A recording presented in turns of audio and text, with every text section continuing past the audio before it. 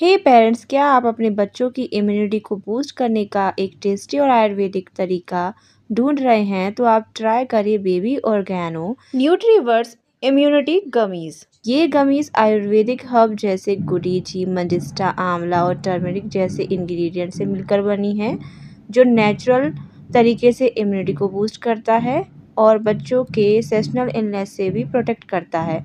Regular use से मैंने notice किया है कि ये बच्चों की एनर्जी लेवल को भी इम्प्रूव करता है और साथ ही साथ उनके स्टेमिना को भी बेटर करता जाता है। और बेस्ट पार्ट, ये गमीज़ प्रिजर्वेटिव फ्री हैं और नेचुरली स्वीट पाइनएप्पल फ्लेवर में आती हैं, जिससे ये हर बच्चे का फेवरेट ट्रीट बन जाती हैं।